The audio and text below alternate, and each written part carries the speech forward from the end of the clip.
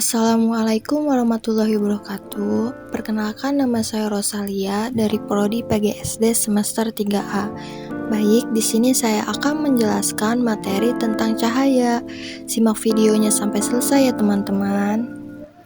Langsung saja, teman-teman, di sini ada cahaya. Apa sih cahaya itu? Cahaya adalah pancaran elektromagnetik yang dapat terlihat oleh mata manusia. Cahaya juga merupakan gelombang yang mempunyai sifat elektromagnetik, sehingga cahaya mempunyai beberapa sifat-sifat tertentu yang dapat memberikan manfaat bagi kehidupan manusia. Jadi, cahaya itu sebenarnya adalah gelombang elektromagnetik, tapi gelombang ini spesial, teman-teman, karena bisa dilihat sama mata kita. Jadi, cahaya bukan cuma terang-terangan aja, tapi dia juga punya sifat-sifat unik dari gelombang elektromagnetik. Misalnya, bisa dipantulkan, dibiaskan, atau diuraikan.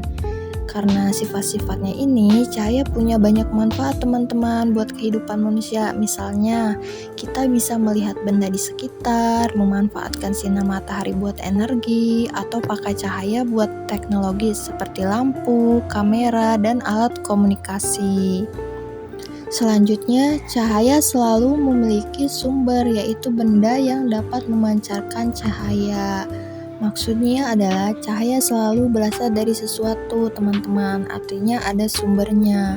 Sumber cahaya itu adalah benda yang bisa mengeluarkan atau memancarkan cahaya. Misalnya seperti gambar di atas, teman-teman. Ada matahari, lampu, lilin, atau api. Jadi kalau nggak ada benda yang memancarkan cahaya, kita nggak akan punya cahaya sama sekali. Jadi seperti itu.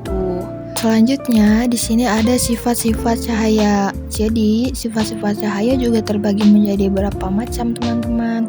Yang pertama, di sini ada cahaya merambat lurus. Ialah cahaya yang selalu merambat dalam satu garis lurus. Jadi, maksudnya adalah cahaya itu biasanya merambat lurus. Artinya, jalannya seperti garis yang nggak belok-belok, teman-teman. Makanya, bayangan benda bisa berbentuk dengan jelas. Karena cahaya bergerak lurus dari sumber ke benda. Jadi, kalau nggak ada halangan, cahaya bakal terus jalan lurus sampai ketemu sesuatu yang nahan atau memantulkannya. Contohnya kayak sinar matahari menembus jendela. Cahaya datang lurus dari matahari ke dalam ruangan. Contoh lainnya yaitu kayak senter menyinari dinding. Jalannya sinar senter lurus sampai mengenai dinding. Yang selanjutnya, di sini ada cahaya dapat dipantulkan, yaitu benda bisa kita lihat karena benda tersebut memantulkan cahaya ke mata kita. Jadi teman-teman, kita bisa melihat benda karena benda itu memantulkan cahaya ke mata kita. Jadi cahaya dari sumbernya, misalnya matahari atau lampu nabrak ke benda, terus dipantulkan ke mata kita, makanya kita bisa melihat bentuk dan warnanya. Selanjutnya ada pemantulan teratur, ialah ketika cahaya mengenai permukaan yang rata, cahaya dipantulkan sejajar. Jadi, pemantulan teratur itu terjadi kalau cahaya nabrak permukaan yang halus dan rata, misalnya cermin atau air yang tenang. Cahaya yang dipantulkan tetap rapi, jadi bayangan atau pantulan terlihat jelas. Dan yang selanjutnya ada pemantulan tidak teratur. Ketika cahaya mengenai permukaan yang tidak rata, cahaya dipantulkan ke segala arah. Jadi yang dimaksud pemantulan tidak teratur terjadi kalau cahaya nabrak permukaan yang kasar atau nggak rata, teman-teman. Misalnya tembok, kertas, atau batu. Cahaya dipantulkan ke arah yang berbeda-beda, jadi pantulannya nggak membentuk bayangan yang jelas. Yang selanjutnya ada cahaya dapat menembus benda bening. Benda bening adalah benda transparan yang dapat ditembus cahaya secara sempurna.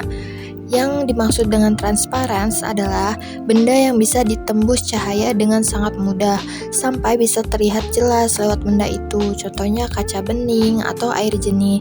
Jadi cahaya bisa lewat tanpa banyak terhalang. Makanya kita bisa melihat apa yang ada di balik benda itu dengan jelas.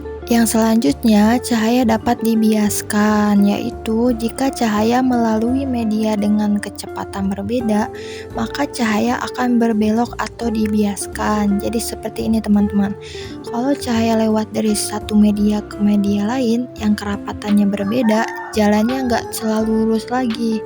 Dia akan berbelok, misalnya kayak cahaya dari udara masuk ke air, jalannya jadi agak membengkok. Jadi fenomena ini disebut pembiasan cahaya. Itulah sebabnya misalnya sedotan terlihat bengkok kalau dimasukkan ke gelas air. Baik, yang terakhir di sini ada cahaya dapat diuraikan.